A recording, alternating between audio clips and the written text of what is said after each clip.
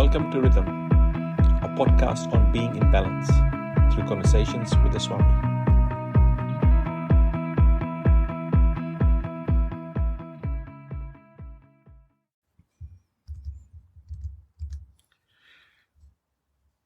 Namaste, Rhythm listeners. My name is Sunil. I'm with Swami Tadananda from the Ramakrishna Vedanta Center of Auckland, New Zealand. How are you, Swamiji? I'm very good, Sunil. Thank you. How are you? I'm good, thank you. I'm good. Swamiji, in the last episode, we talked about perspectives, and then we finished by saying we'll carry on talking about different points of view. I suppose what we can do today is start by looking at conflict resolution, conflicts, how different points of view can create a conflict, and what we've learned over the last few episodes can help us with conflict resolution. I think, it's a good way to application of what we've been talking about. Yeah. So, I suppose this, what we've been discussing in the last two episodes, Sunil, needs a good deal of reflection, introspection, so that we are mindful of this truth while we are dealing with people. What are the things we have to be mindful of? That, to start off, our own minds have been conditioned in a particular way. We are not seeing the truth. We are seeing things as they appear to our own minds. Okay? Yeah. No one has got the absolute truth. Everyone has got a perspective or view of it. And in the same token, every other person, being differently constituted, has their own point of view, opinion, thought. Why? It's not that they choose to have a different opinion. It is that's how they are constituted. If you had a microscope or something like that, you could zoom into their mind and say, this is how it is.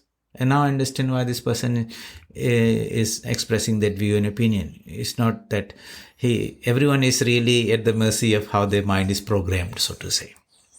And other good people, that it is what they are, so what they are. But, and with that knowledge and insight, there's a lot of opportunity, because we are not living on an island alone. We are always interacting with people. The world is interacting with us, and we are interacting with the world. And some people do very well. They're calm, quiet, don't get ruffled so easily, don't react, don't have strong opinions. People like the company type of thing. And then there are other people who have very strong opinions, views, and very, very, might be very, very strong in the sense that if they try to force their view and opinion, they get into an argument, they might get into a fight, all those type of things happen. And it creates a lot of conflicts and harm to other people, also hurts so many other people. So I think it's very important for at least the grown-ups, people who are training others, especially parents, to deeply understand this and try to share this type of insight and understanding, this broadness to children, so that they grow up being very liberal, you might say, accommodative, listening to other people, appreciating everyone, even though they are different points of view. And even if they have to share something, they will say in a way that is not hard, violently, no anger, no forcefulness. It's open the minds, have a good communication. If you do that, you'll find that there's the peace in the group. It could be just a family where everyone respects everyone's views and says, you're open to share your views, that's fine with us, okay? At workplace, everyone has just an open mind, but you're not just trying to be nice type of thing. You understand the psychology of the thing, whole thing. And then there'll be so many opportunities where one climbs up the ladders of power and influence. Okay? In this world, with this modern age, there's so much flow of information. With internet, what's happening in other parts of the world. That was not possible 20, 30 years ago. We got filtered news in the newspaper and TV. Nowadays, there's so much.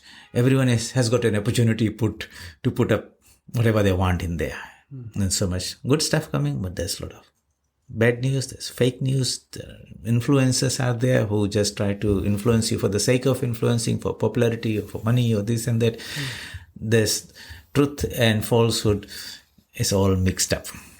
And if one does not have that power of discernment, what we call in Sanskrit buddhi, or let us say spiritual intelligence, a high power above the mind level, which can discriminate, separate one from the other, then there's a real problem of going down the wrong direction. You find they go down the wrong slope, but they do not know that they're on the wrong slope. See? So they think this is absolutely all right. They're making the right decisions. Like we talked about, conspiracy theorists and all those people are there, and people listen to them until the mind gets so much clouded by those impressions, and then they think that is the truth. And that's how they behave. Next thing, it influences the behavior. It influences the interaction with other people, how they react to situations. And these are real problems in this world. So I think what we have been discussing about is not so much about trying to change the external world. Can we really get into somebody's mind and recondition it? No. No, you see, no, hard. That's very difficult to do. Yeah. It's not possible to do, really. No. Yeah, exactly. It's not possible. So, but we can do something. Yeah. And we can only change ourselves, right? We can change ourselves. Yeah. Okay. And I think that's a good starting point. That's a good one. Yeah.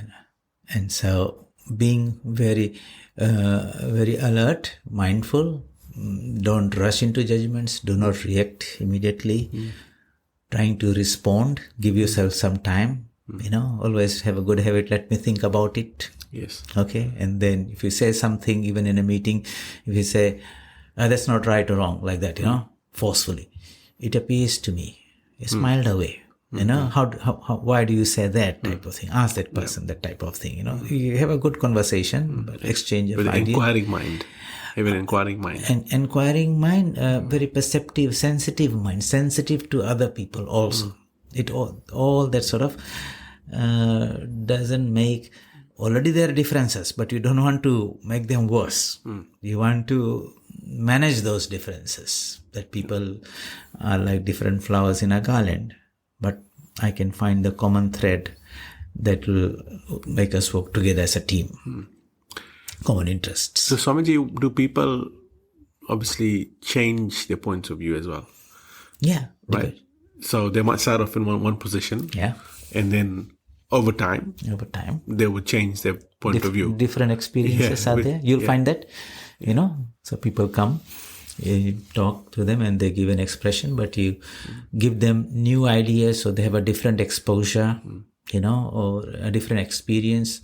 Depends on how, how their minds was sort of conditioned in the first place. For example, you did not have a direct experience of a particular place or particular person. Yeah. All right. So you heard it from somebody else. For example, I don't know, if you go to Taj Mahal or you can see a nice big structure, a nice big marble building. That's all you sort of know. Yeah. From where? By looking at some pictures on photos and videos and some descriptions from some people. Yeah. But when you go and stand there and have your direct experience, that is far much more powerful. Yes. Or let us say you haven't met somebody. You're talking about, somebody is talking. You're hearing about that person from other people. Maybe they had different experiences with that person. They're sharing their perspective, their interactions. But while they're driving, they are influencing your mind. And you keep on listening about that. Maybe that person didn't have a very good experience, so they're telling you negative things about it in your mind. When you meet that real person first time, you might be diffident, you might not be very open because you're careful or whatever. But when you get to interact with that person, you find it's totally different. He's totally opposite. And that experience creates new impressions in your mind, which are more powerful. And then you say, look, all those previous impressions, what we're told by someone, you say, Why did he say that? That's not right. My experience is more powerful. So there are different sources of knowledge. What is called direct knowledge, direct perception. Your personal experience is always more powerful than other sources of information. From inference, from hearing from others, others' experiences. And that's why you might say, okay, I'm hearing so many things from so many people. I'm going to meet this person. I'm going to go there. I'll see for myself. Then I'll make my opinion, Yeah. So then your point of view can change, right? Yeah. So it's about what is your common interest. You see, if genuinely you're interested that 5 people in a family that will promote harmony, take care of each other, that's what family means. And we will accommodate each other knowing that we are different, yet something is common to us, and that is what we are going to work on. Okay, in an organization, we are here for that particular purpose. We're different. We bring different type of training and experience and all those things. What holds everyone together? If that is clear, then people will try to really adjust, accommodate everyone and make it happen. Especially people high up in places of influence and power. For example, in politics, okay, they're ordinary people, they somehow become councillors and then local something, and then before you know, they can become an MP. And next thing they are sitting in the parliament, all right? So they make important decisions that affect the whole country. How your money is, taxpayers' money is used, what projects are there, how they respond to challenges and all those type of things. They're all elected by the people to go and save them. But if they are focusing in fighting each other, the one in government and one in opposition, and it's more of the differences come out than things that they agree and work on to save the people. You see, then if that is so, then they've lost the plot, You see, and when we need to read the news and things, most of the time we find it is this. Even some good is done, then you should acknowledge it. Doesn't mean that if you're in the opposition that you have to shout down at everything the other person is saying. And you earn the respect of that person. And if you have to say something, then just don't criticize, give something better. Because you are there not to, have one what do you call it? Upmanship. Okay. And try to be seem to be the more powerful, smarter person. No, the purpose the people have elected you is to serve the country. Grow the country. Why can't we work together? Yeah. And sometimes you see, that's a good example because we see that or read about that all the time in the paper. But in bigger, smaller way, it's there in every group of people meet where there are 2 parties. Sometimes it comes. Yeah, 2 different parties. You see where there's not a lot of cross-party pollination or on topics where they could be working together, but they take a party stance rather than the stance of the... Some countries are there, they do very successful. I think, like Singapore. Yeah. You see, and that's why there's not so much of shouting and fighting, but their whole energy is channelized to develop the country, and they're doing very well. Others are there, it's more about, just too much conflict in there. And unless they learn to manage this, so they're supposed to be grown-up, mature people. And if you say, how do we appreciate each other, see each other's points, maybe they're saying something that really makes sense, if there's some truth in there, I will take that, appreciate that, thank you for that, Then we do a better job at the end of the day. The world is full of so many conflicts. Internal conflicts are there within us, so, what we do and what's deep in our heart, they don't resonate. So we're not at peace with ourselves. Okay, for whatever reason. And then within the next unit is the family unit. It's not a happy place that you want to return home and find, being loved and being cared for. That makes it all worthwhile, that 8 hours of hard work you did. There's no peace at home. Yes. Then, fundamentally something is very wrong. Yes. And then, within the extended family, okay, fighting families, and this and that. In the community, differences are there. And then just And then it just grows and grows and grows, and whether it's at a community level or national level, country level, when we see there's always so much fighting in one way or the other around the world. Each one thinks they're right, but look at the tragedies that happen, so much suffering that comes in, because people do not know how to manage themselves. So I think the important thing is, what we take out of this is that, yes, we are learning how to interact with other people better. Yes. But the real work is to be done about how we make ourselves a better person. How this mind that we have brought can be a better mind at the end of the year. Something that you can celebrate about, this year was peaceful. I have grown in my understanding, in my wisdom, in my knowledge. I don't get so much disturbed by people so much. I can't change the world, but my inner resilience has grown that I don't lose my balance, my poise. And that's what rhythm is all about. Okay. So you might ask the question, how do we do that? Self-care. We take care. When many people say, self-care, physical care, we do the gym, we exercise, we eat well, we sleep well, all the physical things we do. That's easily done. What about self-mental care? Yes. How do we do that? To understand ourselves as mind, to look at others as minds also. So we have been talking about, and this is a very interesting thing, what is the mind? It's a question I ask many people, doctors, engineers, and educated people, even psychiatrists, tell me, what is the mind?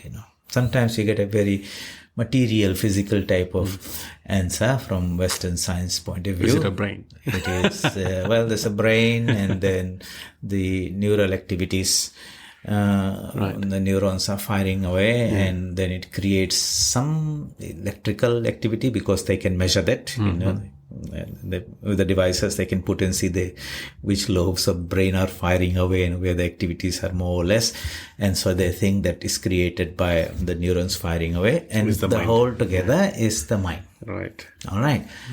While the Vedanta says no. The brain is the instrument through which the mind, which is energy, subtle energy, works through.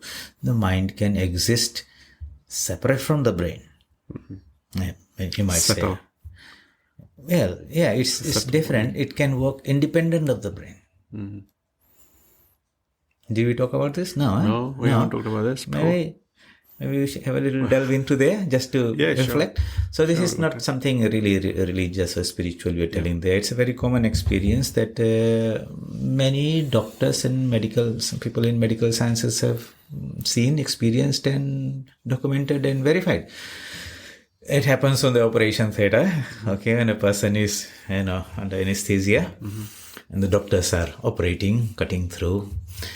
And many a time, the person who was operated, when he is revived, comes back, he gives a experience which is called OBE, out of body experience. And what they say is very common, that while, he saw himself up there in the ceiling, looking down at the whole thing. He saw his body was there, and all the doctors were performing the surgery, and they were talking and saying things, and this person could hear. Maybe they were saying something not very nice. Also, he heard those things, type of things. He's not going to make it, maybe, So, hey, why did you guys say that? I heard you say that.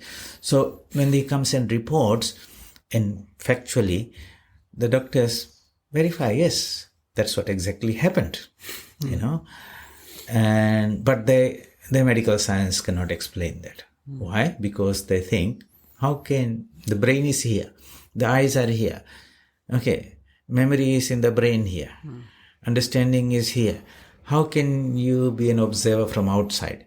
That means what this guy is telling, the patient is telling, is that I could see. Yeah. So your eyes are here and shut. How can you see from there? Yeah. You could hear. Not only that, you could understand. Yeah. So words, language, that is in which memory is remember and interpret and understand what he was seeing, he locked it away because afterwards he comes and tells, he remembers. As well, yeah. So this is not one or two cases. There's so many cases there. And these are by doctors themselves, surgeons, well-trained people, scientific people. So these conclusions are there. There is some aspect of us which is subtle, which can operate outside the brain also, which is called the realm of the mind. Subtle energy where thoughts, ideas, emotions, feelings, memory and all those things are there. We have an explanation of this from the Vedanta perspective, So we say this is the physical body is the gross body made out of matter. But we all have a subtle body, the mental body, thoughts, ideas, emotions and things. And then there's something even finer than that, which is the causal body, the intelligence body. And there is something even beyond that, which is just pure consciousness. So there are many dimensions of us, and most of us dwell in the physical and a little bit of mind. We use the mind all the time, but we just do not know what it is and how it is. So we could have some discussions on, the mind itself. What is the mind made of? Emotions, emotional part of it's there. We talked about in the first episode, there are different dimensions of a human being. Yes. And we said within the mind there's an emotional dimension. How do emotions work? It's a very, very interesting, intriguing subject matter. Okay. Because a lot of what we do is not determined by the logic. Reasoning is determined by emotions, major decisions we make. And then there is the intellectual part of it, reasoning, thinking, planning, concluding and executing things. And then there is the value system, the ethical and the moral, the compass that says, hey, don't do this or do these type of things, So these three are there. But sitting on top of that is another dimension, which we call the spiritual intelligence, the buddhi, the power of discrimination. There's a power, every one of us has that capacity to observe our own minds, our own thought processes. Some do it with a lot of clarity, some in a muddled way. That means how much we have been able to separate ourselves from the mind also. Right. Okay, I am the observer of my mind. I watch my thoughts, how ideas come, how ideas grow, how it develops, how it flows through, how it comes to a conclusion. Okay. And that's why most of the time we are doing that, the internal chatter, that talking that is going on is those conversations that are happening there. And that is easier to understand, the rational thought process. You can even tell boss or somebody, I say, how did you come to this conclusion? You can just go down. These are the pieces of information. I put it together in a logical way. And this is where I have come. Somebody say, it makes sense. Good. But the one that is difficult to explain is the emotional part of it, So why do you want to do this? I feel like it, I like it, it's interesting, or I love it, or I don't want to do it because I hate it. Oh, how do you explain love, or kindness, or compassion? But these are very powerful energies inside us that determine us. This is a subject matter that I have dwelt more, and there's a whole science behind it. Maybe we can take it up at some other time. And the moral and ethics part of it. How do we decide what is right, what is wrong, what is good, what is bad type of thing? So, but today, to conclude this, we can talk about this dimension which is called the discrimination, buddhi. Yeah. So, I think I have mentioned this before, but it's good to reinforce that all of us have this power of internal observation or reflection, where we observe our own minds and thought processes. That part of mind which is involved in the thinking activity part of it, so this activity is going on. Yeah. Let us call that the active mind. It's doing the doer thing. And there is another guy sitting within us who is watching those. Let's call that the reflective mind. Okay, who is brooding in a detached way, checking out, this is good, it's not good, maybe I should do this, That's called the buddhi, or the one that is doing the discrimination. The light, he shines the light. He is like the torchlight that is illuminating the different thoughts and ideas that are there, and picking which one to act on and which one to not act on. Hey, all the thoughts are there in your mind. Somebody comes and so many ideas come, maybe it's not so many nice things, about that person, but you don't simply blab out everything, Don't put the spotlight on that. Yeah. So people say, "Hi, what should I say? What I should not say?" And so, who decides? Someone's doing that, right? Somebody is discriminating, telling him this is appropriate, this is not politically right, should not say this. And those who have a strong sense of that, you'll find that, they manage their actions and behavior, speech much better. Others who don't have much control over them, they say something and it comes out, and, and then they say, "I'm sorry," or repent, or there was a little slip of the tongue. And it happens. The other day, one of these very prominent politicians said this also.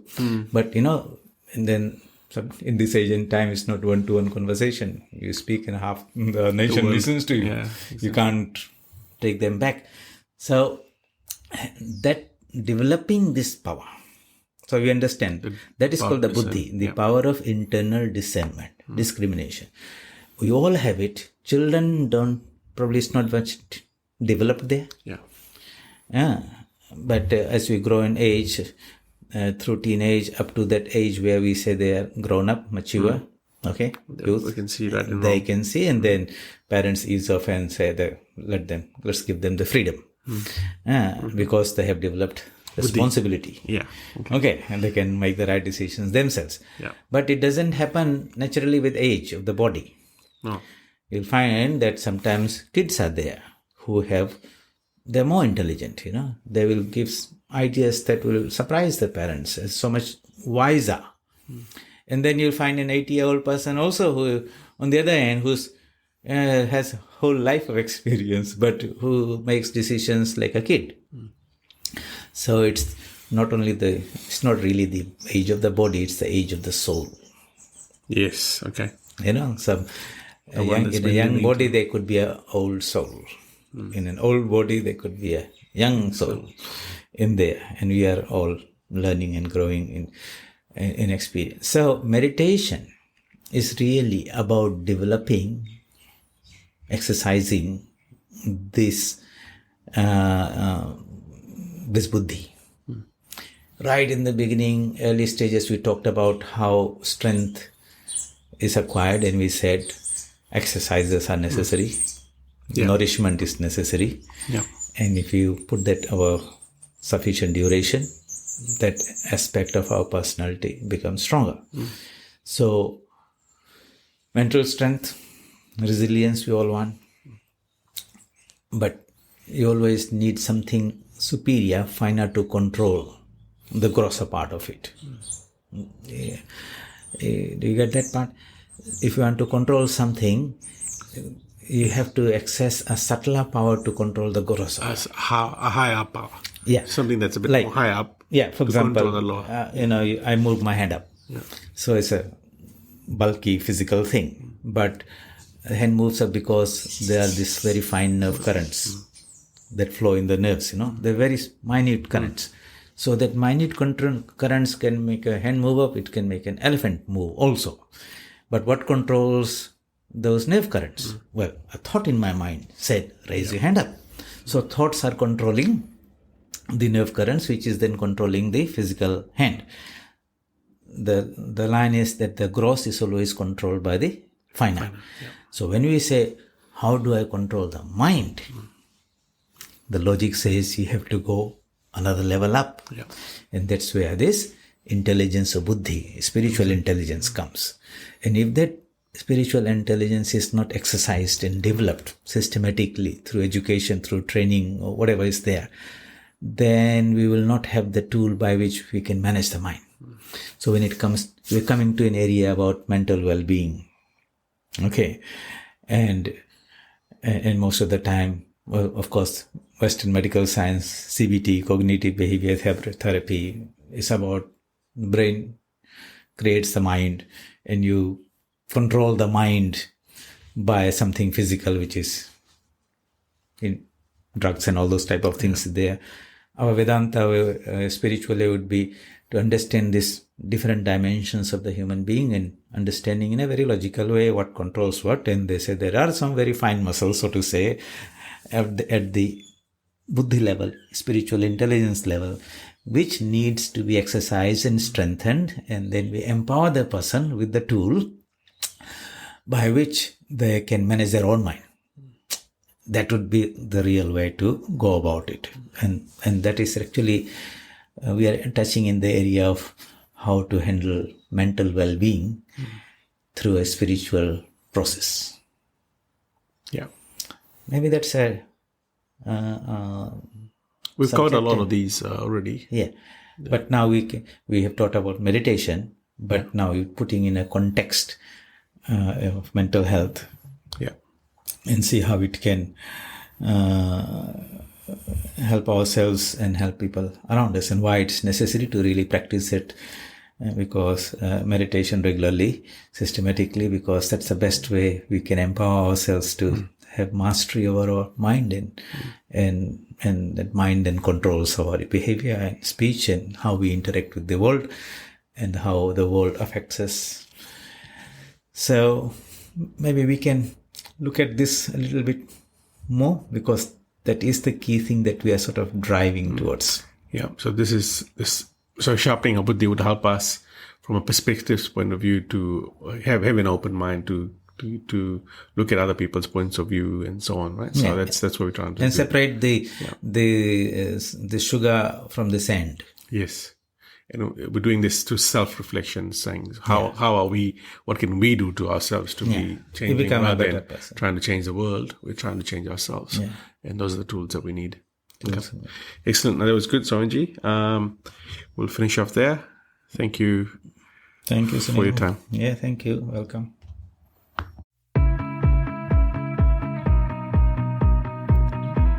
Thank you for listening. Being in balance, rhythm. For more information, please visit www.vedanta.nz.